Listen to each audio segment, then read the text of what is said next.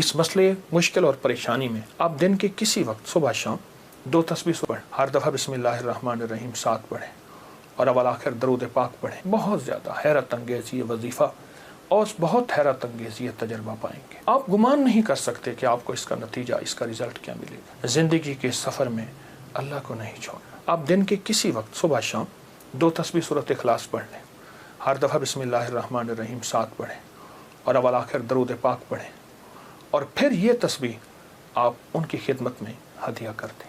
آپ کا کوئی مسئلہ ہے، آپ کی کوئی مشکل ہے، آپ کی کوئی پریشانی اور ناممکن ہے، اس مسئلے مشکل اور پریشانی میں یقیناً آپ کے لیے خیر کی، برکتوں کی اور رحمتوں کی اور خوشیاں خوشحالوں کی راہیں کھلیں گی۔ بے اولاد ہیں، بے گھر ہیں، بے در ہیں، درد مند ہیں، مریض ہیں، کوئی افاقہ نہیں ہو رہا، جادو، جنات، اثرات، بندشیں، ناکامیاں، مشکلات، راستے بند ہیں، کوئی زندگی کی مشکل ہے جہاں آپ کہتے ہیں کہ بس ہم ٹھہر گئے ہیں اور اس کا حل صرف موت ہے، اس کے علاوہ کوئی راستہ نہیں، تو آپ بہت زیادہ حیرت انگیز یہ وظیفہ اور بہت حیرت انگیز یہ تجربہ پائیں گے، اس کی برکات پائیں گے۔ چند دن، چند ہفتے زندگی میں اس کو شامل کریں۔ میرا تو مشورہ تھا کہ ساری زندگی اس کو اپنی زندگی میں شامل کر لیں، ساری زندگی اس کو اپنی زندگی میں شامل کر لیں۔ آپ گمان نہیں کر سکتے کہ آپ کو اس کا نتیجہ، اس کا رزلٹ کیا ملے گا۔ گمان نہیں کر سکتے، آپ سوچ نہیں سکتے اس کی خیریں آپ کو کیا ملیں گے، اس کی برکتیں آپ کو کیا ملیں گی۔ میرے پاس اتنے تنگ دست اور پریشان لوگ آئے جو زندگی کی بازیاں ہار چکے تھے اور جو خدا نخواستہ خودکشی کا سوچتے تھے اور برے برے خیال آتے تھے۔ میں نے انہیں کہا کہ 2 تسبیح صبح، 2 تسبیح شام پڑھ لو۔ اگر صبح شام پڑھ لیں تاثیر بڑھ جائے گی۔ اور ہاں، ایک چیز اور بھی عرض کروں گا، اس شہادت حسین کی نسبت سے، قافلہ حسینی کی برکات کی نسبت سے ایک چیز اور بھی عرض کروں گا۔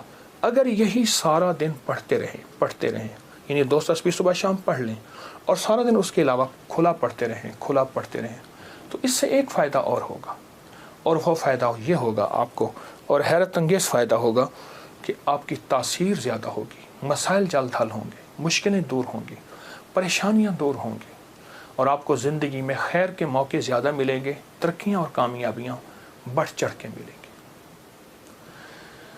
ان ہستیوں نے اللہ سے مانگنا سکھایا ہے، اللہ سے لینا سکھایا ہے، اور اللہ کے خزانے بھرے ہوئے ہیں۔ ان ہستیوں نے وہ زندگی کا سفر سکھایا ہے۔